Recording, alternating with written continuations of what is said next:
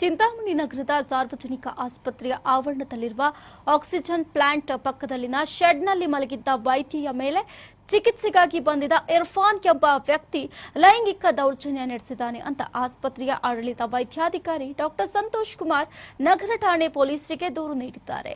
ಆರೋಪಿಯು ಮಧ್ಯರಾತ್ರಿ ಸುಮಾರು 1 ಗಂಟೆಗೆ ಆಸ್ಪತ್ರೆಗೆ ಬಂದು ಹೊರರೋಗಿ ಚೀಟಿಯನ್ನ ಪಡೆದುಕೊಂಡು ಚಿಕಿತ್ಸೆ ಪಡೆದಿದ್ದು ವಾಪಸ್ ಹೋಗುವಾಗ ಶೆಡ್ನಲ್ಲಿ ಮಲಗಿದ್ದ ಸುಮಾರು 65 ವರ್ಷದ ವಯಸ್ಸಿನ ವೃದ್ಧೆಯ ಮೇಲೆ ಲೈಂಗಿಕ ದೌರ್ಜನ್ಯ ಎಸಗಿದ್ದಾನೆ. ಮಹಿಳೆ ಕಿರ್ಚಾಡಿಕೊಂಡಾಗ ಕರ್ತವ್ಯ ನಿರತ ವೈದ್ಯೆ ಡಾಕ್ಟರ್ ವಾಣಿ ಹಾಗೂ ಸಿಬ್ಬಂದಿ ಸ್ಥಳಕ್ಕೆ ತೆರಳಿದ್ದಾರೆ. ಆರೋಪಿ ಈ ವೇಳೆ ಎಸ್ಕೇಪ್ ಆಗಿದ್ದಾನೆ. ನೊಂದ ಮಹಿಳೆಯನ್ನ ಆಸ್ಪತ್ರೆಯ ಮಹಿಳಾ ವಾರ್ಡ್ಗೆ ದಾಖಲಿಸಲಾಗಿದೆ.